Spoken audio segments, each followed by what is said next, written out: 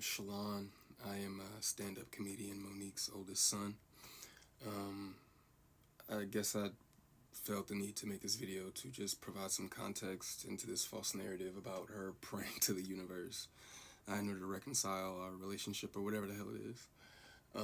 I wrote it all down so that way I don't go all over the place and get emotional or anything like that. So I'm gonna talk like I'm reading a script, but it's just gonna help me kind of stay together. But to address the Club Shay Shay interview that she did where she states that she prays to the universe in regards to reconciling our relationship, as I stated, is odd. My mother and I both know that that is a very false narrative, and I would like to free her of having to continue telling that lie.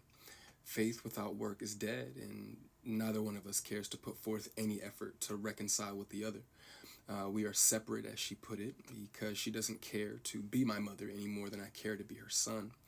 Neither one of us has had the desire to reach out to the other in a very long time, and I don't think that either of us anticipates that feeling ever returning. Speaking with my mother directly, in my experience, will either lead to some odd newfound moment of clarity in regards to how she was as my mother, or she retreats back to daddy to move forward with a conversation. And I'm tired of hearing my mother's truths. Newsflash, I'm not sure if people know, but standing in your truth doesn't make you noble. I'm not sure if people are aware of that. But responding this way, I feel as though it allows me to say my piece uninterrupted. To those wondering, well, why say something now? Call it a form of therapy for me, I suppose.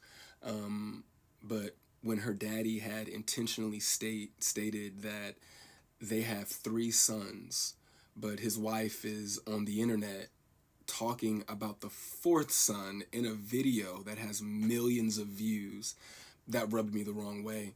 But anyway, to inform a child that you are not interested in being a mother at a time when that kid is the only kid that has the potential to lead a child to believe that you are not interested in them specifically. But to take it a step further, you also admit, my mother had also admitted to me that she didn't do the best job that she could do, which would also make one begin to question, all of your past decisions and prior emotional interactions. But to be completely honest and fair, those were things that I was willing to get over. Nobody's perfect, we're all human, but my mother showed a clear lack of humility, compassion, and consideration when taking any level of accountability for those things. My mother does a fantastic job of acknowledging a lot of things, but she doesn't take accountability very well, and anything that she may take true accountability for, it's only at her convenience, in my experience. But if I had to guess, though, her interest in being a mother probably started around the time that she married her daddy and had his children. But that interest, obviously seemed one-sided, and as it should have been.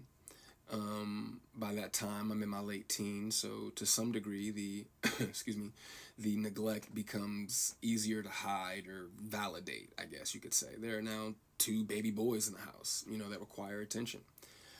But still, during that time, however, I still watched her enjoy the love and admiration of total strangers more than my own. To this very day, my mother has never expressed to me when, if ever, she became interested in me as her son. That did lead me down a path of questioning my self-worth and struggling to understand the value of a mother in a child's life. In the interview, she also states that she gave me an apology, but an apology to a son from a mother that consciously showed no interest in him holds no weight. There are still women to this day that my mother will give credit to for being more of a mother to me than she ever could. Her assistant, my cousin, being one of them. Every time, though, that my mother would state that she was right here whenever I was ready, That ideology still blows my mind today, that a person could openly admit to being an uninterested, not put my best foot forward type of parent, and be so self-centered that they still express to the kid, you have to come to me when you ready. You got to come to me for us to make this right. Okay. But I'm not sure what my mother could possibly think that she has shown me in the past or have for me now that's not money, goodness gracious, that would make me want to come to her, or whatever those feelings are supposed to be. A mother is supposed to be the first woman that a boy falls in love with. I loved my mother very much, but my mother loved things more than she loved me, and she would validate her love for me by giving me things, and would proceed to call me ungrateful or inconsiderate if said things did not have the desired effect.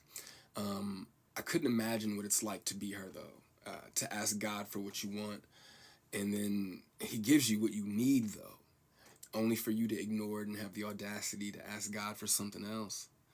And I'm glad I don't. I'm glad I didn't do that. And when He told you no, you went to the universe instead.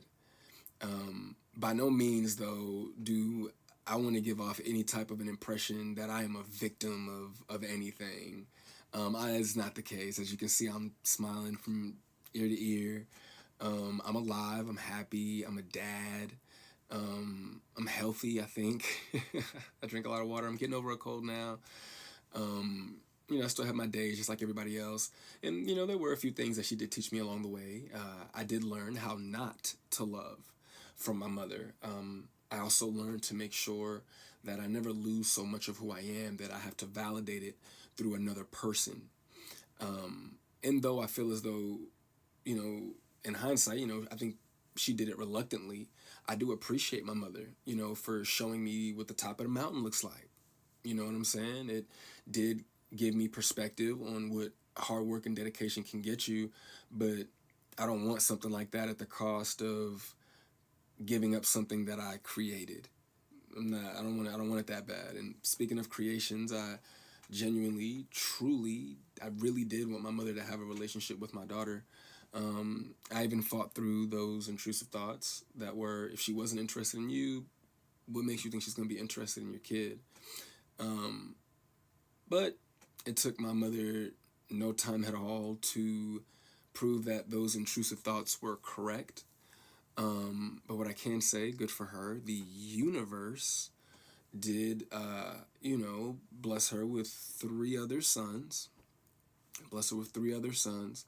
And God willing, I'm sure that one of them, all three of them are adults now. So I'm sure that one of them, God willing, if not all three of them, will make her the grandmother that she wants to be. I still look forward, to that moment for her. But overall, when it comes to the boys, though, I am happy that whenever they do hear me talk, sorry, my phone did something weird, but whenever they hear me talk, they don't know what it is. They can't relate to what it is that I'm saying. My experience with my mother is not their experience with our mother. So my prayer for her and them is that they continue to see her the way that they see her now. I do also want to make sure that I say thank you to my mother for giving me life. Without that moment in time, I wouldn't have had my little one. But outside of that moment, there isn't anything that either of us has to offer the other. In my opinion, it's a waste of God's time and the universe's time for praying for something that you were not willing to put forth any effort to obtain. Putting the work into becoming Monique is more important to my mother than being my mother. And I do not believe that it was never about her being there and waiting for me, but it was supposed to be about me being there and waiting for her. My mother's value had reached such a low point in my life that I no longer found it necessary to either want to wait for her or even go to her. But like I said, man, I'm super grateful that she has the opportunity to do it all over again. I'm happy for her. I hope the Cat Williams tour goes well, but the narrative that she prays for us to reconcile is a false narrative. It's not real, not appreciated if she stopped saying stuff like that.